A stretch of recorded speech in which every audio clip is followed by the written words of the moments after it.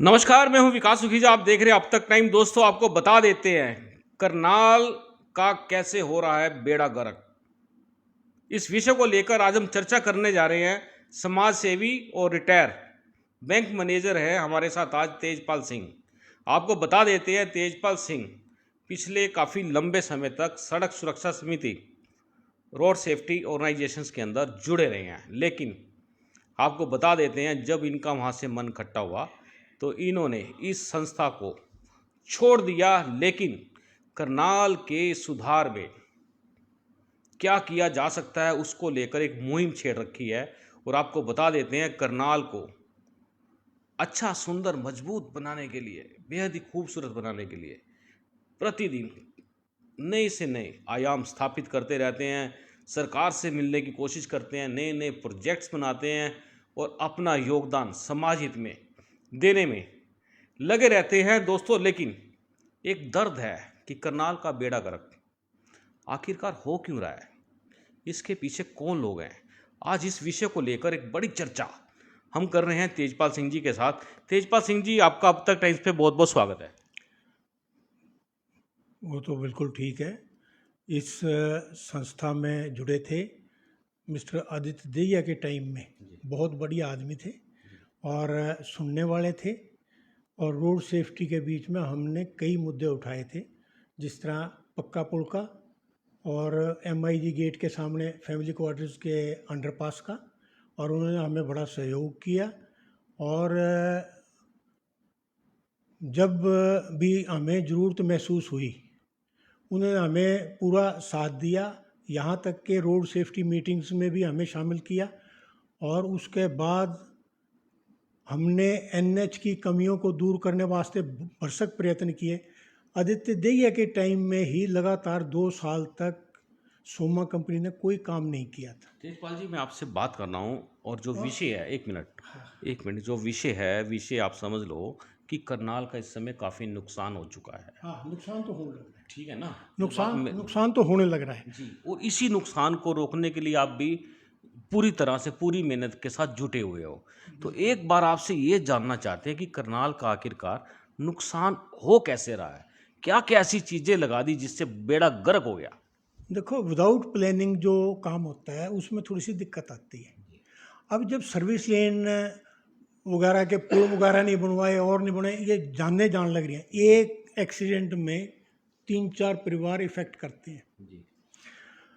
इन्होंने जब कैथल रोड और काछवा रोड को इन आपस में लिंक कर दिया और उधर से दूसरा भी अपना GT रोड से लिंक करने का अपना योजना बना ली, जी।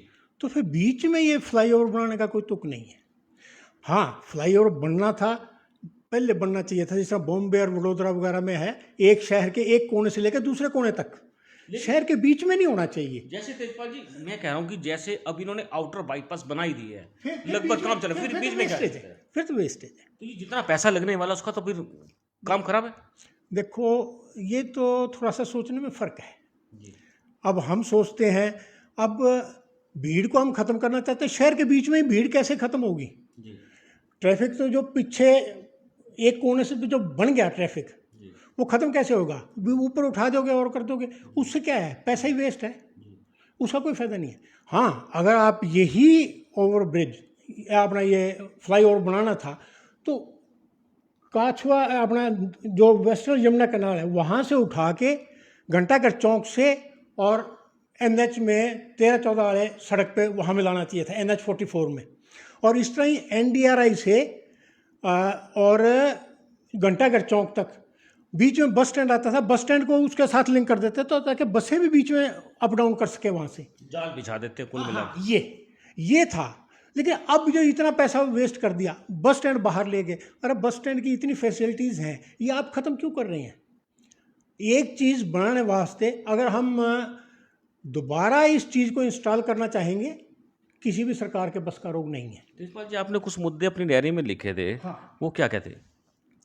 देखो, जो बस स्टैंड की सुविधा थी, ये शहर के बीच में बहुत ज़रूरी चीज़ है।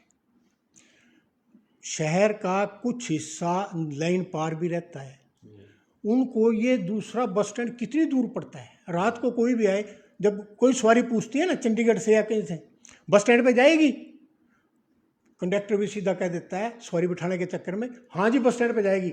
पब्लिक का मानना ये होता है कि ओल्ड बस स्टैंड में और उतार देते हैं वहाँ, और वो बेचारे वो परेशान होते हैं।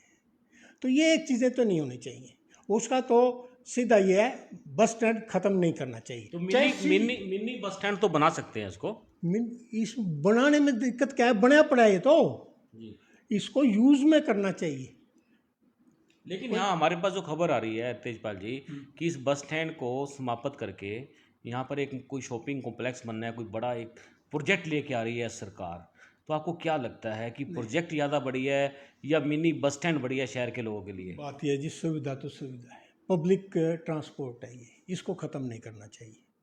आम आदमी की सवारी यही है, तो हर आदमी इसको यूज़ नहीं करेगा। हाँ, आप जो भी डेवलपमेंट करना चाहते हैं और जगह कर लो, कॉलेज खोल लो, हॉस्पिटल्स खोलो, हॉस्पिटल्स फ्री करो, और चीज़ें हैं करने को बहुत है, लेकिन करें क्या? मुद्दे तो ऐसे ही हैं। रोड सेफ्टी का मेन मुद्दा क्या होता था? मेन मुद्दा ये होता था भाई आप एक्सीडेंट्स से कैसे बच सकते हो। लेकिन यहाँ तो मुद्दे ही भटक चुके हैं। मतलब वो जो काम था वो तो किया नहीं, तो फिर क्या क्या करते थे ये लोग? भाई ये रेडियाँ ज़्यादा लग रही हैं, ये यहाँ ये बैठे हैं, तो वो उसमें ये दिक्कत है कि ये रेडियाँ बेचारे कहाँ जाएंगे।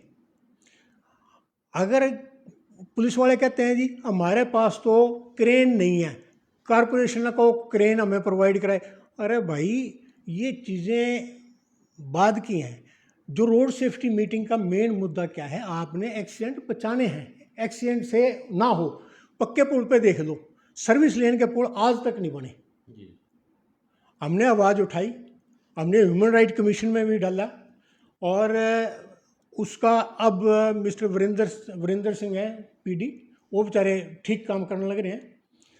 लेकिन मुद्दा तो ये है ना, यहाँ इन्होंने जो प्रोविजनल सर्टिफिकेट होता है, जिसमें जो सर्टिफिकेट होता है भी 95% काम पूरा हो चुका है, इन्होंने 15 में इशू कर रखा है, जबकि काम तो अभी भी अधूरे पड़े थे।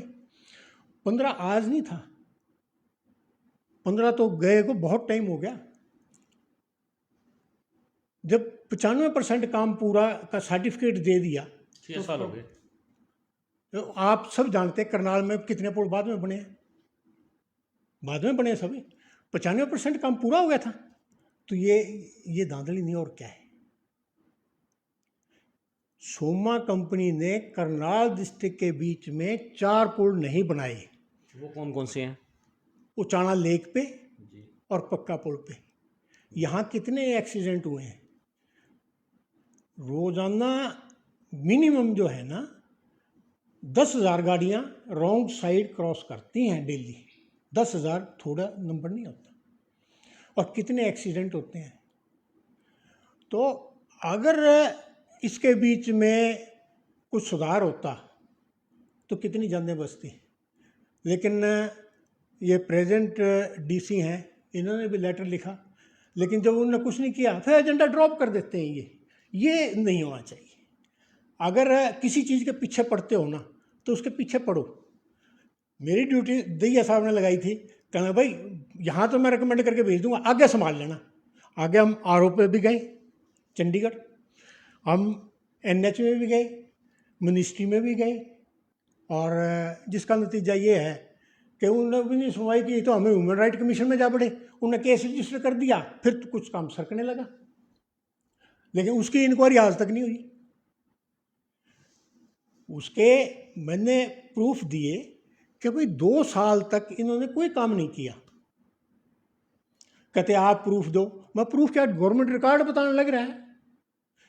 जब मीटिंग के बीच में मतलब सारे अधिकारी जो कहते भी ये काम नहीं कर रहे, क्या करें।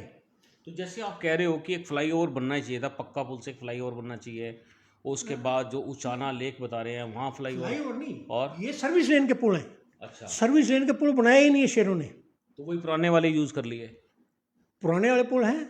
और ये भी बल्कि कंजेस्टेड है। इसके साइड के जो वो बार टूट गए, उन्होंने उठा के सीमेंट के ब्लॉक रख दिए, उससे तकरीबन 4.5 फुट जगह और कम होगी। अगर आप वीरवार को कभी जाके कवर करो तो आपके सामने नज़ारा है। यहाँ पे डीसी साहब भी गुजरते हैं, सीएम साहब भी गुजरते हैं, लेकिन कोई पॉइंट आउट करता ही नहीं है। तो तेजपाल जी, जो ये धांधली हो गई इतने बड़े लेवल के ऊपर, एनएच वालों ने जैसे आप कह रहे हो उन्होंने कर दिया है, तो इसका सोल्यूशन क्या, कोई सोल्यूशन भी है कि नहीं है? बात यह है जी, इसका सोल्यूशन दैया साहब ने ढूंढने की कोशिश की। दैया साहब ने, नरेंद्र मलिक होते थे एसडीएम, उन्होंने कहा भी आप इसकी जांच करो। उन्होंने जांच की, उन्होंने कहा भी आपने जो, वो कहते जी हम तो पुल बनाने को तैयार थे, नए डिपार्टमेंट ने हमें परमिशन नहीं दी। कहा भाई तो बता, मैंने लेटर कहाँ है वो। एक्चुअली में लेटर बता ही नहीं पाए वो। पता क्या है, लेटर डिस्पैच किया, वो फाड़ दिया, क्या प्रूफ है हमारे पास। उन्होंने तो कह दिया डिपार्टमेंट के पास कोई लेटर रिसीव नहीं होगा तो वो क्या परमिशन देंगे, परमिशन नहीं देंगे तो वो पुल नहीं बनेगा, पुल नहीं बनेगा तो वो इसका ये प्रोजेक्ट में से निकाल दो। अरे फ़ायदा किसका हुआ, फ़ायदा हुआ बिल्डर और उसका, सोमा कंपनी का, सोमा कंपनी का, मर रही पब्लिक। अब जो हुआ है, अब जो इसके टेंडर होने लग रहे हैं, इसकी सिक्योरिटी में से कटने का बता रहे हैं। परमात्मा जाने क्या होगा क्या नहीं, जो होगा देखी जाएगी। हिंदुस्तान में जन्म लिया है तो भुगतना पड़ेगा। तेजपाल जी, एक बात मुझे समझ में नहीं आ रही कि जिस तरह से कि करोड़ों रुपए खर्च करके इन्होंने जैसे पश्चिमी बाईपास बनाया है, भी कैथल रोड से आप आए काचवा रोड की तरफ आ गए और वहाँ से करण लेक पे चले गए और वहाँ से आप हाईवे पे चढ़ जाते हो।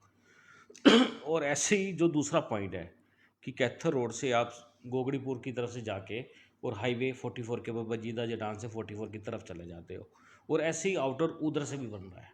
तो जब ये पूरा का पूरा करनाल शहर के चारों तरफ हो जाएगा फिर तो एक बार मेरी बात सुनो आप पूरी, कि जब वो पूरा का पूरा ये आउटर ही बन रहा है तो फिर अंदर फ्लाई ओवर बनाने का मतलब क्या है, आपको क्या लगता है? देखो जी, लगता तो क्या है, प्लानिंग, बगैर प्लानिंग तो ऐसा ही होगा। इन्होंने लाइटें लगा दी, उसका आज तक उन्होंने कहते भी वो सर्वे नहीं किया था। लाइटें NH44 पे लगा दी, नहीं लगनी चाहिए थी, क्योंकि वहाँ सर्विस लेन पे अप डाउन की होती है। इन्होंने वो पर्पज़ ही ख़त्म कर दिया।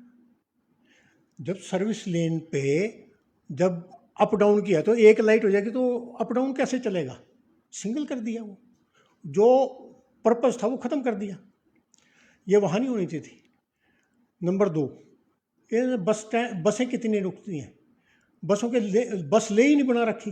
बताओ कितना बड़ा ये है जो बस ले ही नहीं बना रखी। अगर 4 बसें आ जाए एकदम रुक जाएं तो सारा चौक ब्लॉक हो जाता है। वो तो एक्रोचमेंट कर रखी है दोनों तरफ सड़क के, बहुत बड़े बड़े कब्जे कर रखे हैं वहाँ पे। कब्जे कुब्जे वो तो सेकेंडरी मैटर है, ये बनवाओ तो सही कम से कम। इन्होंने कहा था, ये अपने जो प्रेजेंट डीसी साहब हैं, ये जब एडीसी थे, इन्होंने कहा था भाई चलो भाई एक कुंजपुरा रोड पे वहाँ अपना बस ले बनाओ, फिर आगे देखेंगे। मगर यार दूसरे क्या पाकिस्तान नहीं है, फ्लाई जहाँ भी बस ले हो तो वहाँ बस ले होनी चाहिए। उठा के वो स्लिप वे बना दिया, उसके पीछे वो पार्क बना दिया, वो बन ही नहीं सकता। अब वो बन ही नहीं सकता क्योंकि जगह नहीं बची। तो अगर थोड़ा सा प्लानिंग से काम लेते, और इस हाईवे में एक और देखो ना, यू टर्न ही नहीं है। अगर आप गलती से ऊपर चढ़ गए रात को आपको पता ही नहीं है, आप सीधा जाओगे आगे, वो टोल पे जाके आपने यू टर्न का बना रखा है। ये तो बीच में यू टर्न का बीच में कुछ ना कुछ होना चाहिए। कुल मिलाकर बेड़ा गर्क तो हुआ ही पड़ा है।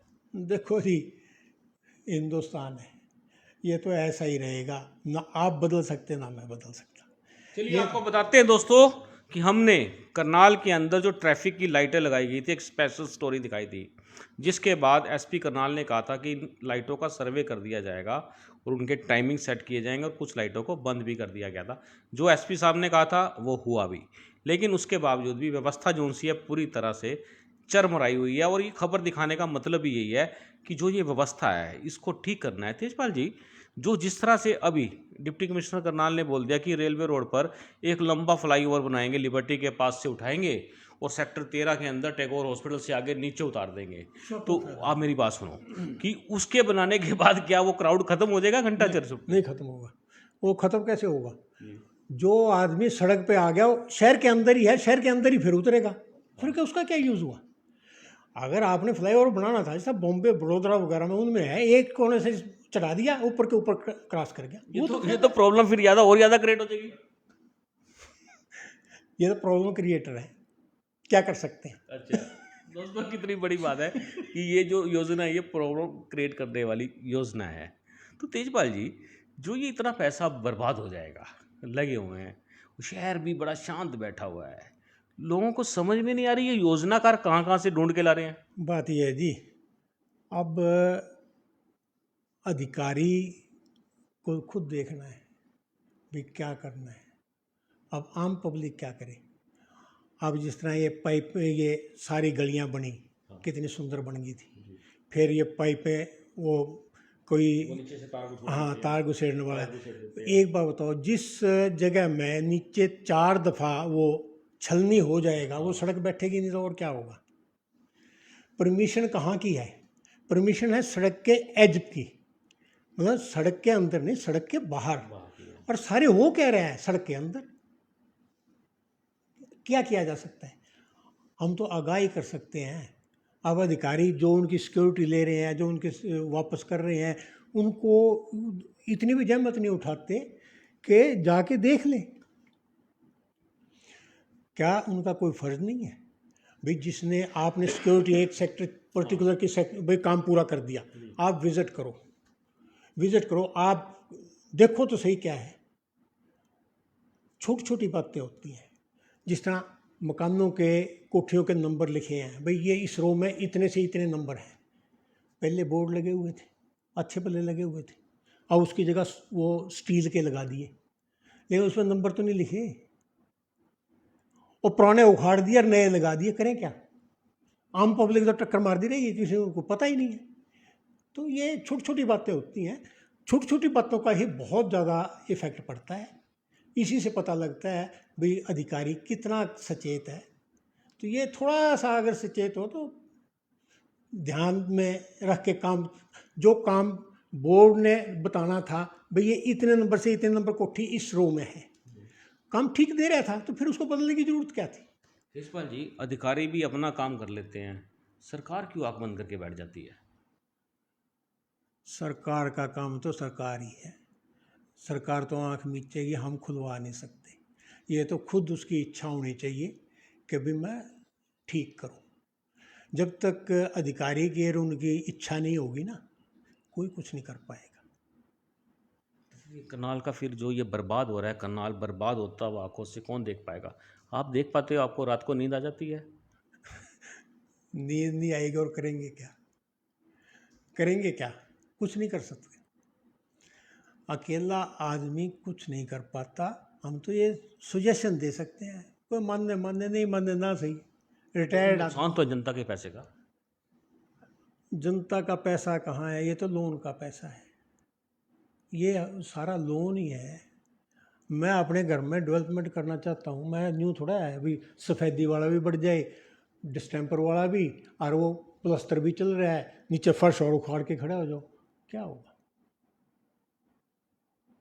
आप भी समझदार हैं, मकान आपने भी बनाए होंगे। आपको लगता नहीं ऐसे हाथ जोड़ देना चाहिए इनको?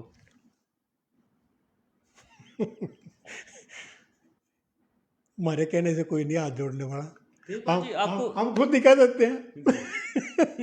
तेजपाल जी, आपको वैसे एक बात है भी, इतना कुछ होता देखने के बावजूद भी आप जिस तरह से जागरूक नागरिक हो करनाल के, और आपको लगता नहीं दिल में दर्द होता हो भी, इतना आंखों के सामने से ही सारे गलत काम हो रहे हैं, तो फिर उसको कैसे बर्दाश्त कैसे करते हैं आप?